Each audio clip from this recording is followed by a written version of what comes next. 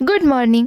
मी उठण्याआधीच ना घरचे सगळे उठले होते आणि त्यांनी किचनची खिडकी उघडली होती. तर मी किचनमध्ये जेव्हा पण कधी येते ना, सगळ्यात आधी किचनची खिडकी बंद करते, कारण तिथे मला काम करायचं असतं आणि बाहेरची घाण कचरा वगैरे आतमध्ये येऊ नये, त्यासाठी मी सगळ्यात आधी किचनची खिडकी बंद करते.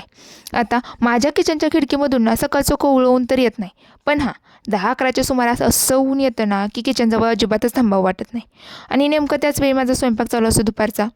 आता कसं का असेना ऊन तर येतं आहे ना, म्हणून मी काय करते, माझा जो चॉपिंग बोर्ड आहे ना तो उन्हात ठेवते, कारण तो वुडनचा आहे आणि वुडनच्या चॉपिंग बोर्डवरती ना सहसा बॅक्टेरियल ग्रोथ ही लवकर होत असते, कारण आपण त्यात पाण्यात वगैरे यूज करतो म्हणून, आणि बोर्ड पण व्यवस्थित राहतो. चला, माझा स्वयंपाक झाला होता आणि भूक लागली होती, म्हणून मी सगळ्यात आधी जेवण वाढून घेतलं. आता कालच कैरी आणली होती, म्हणून म्हणलं चला ती पण कापून खायला घ्यावी.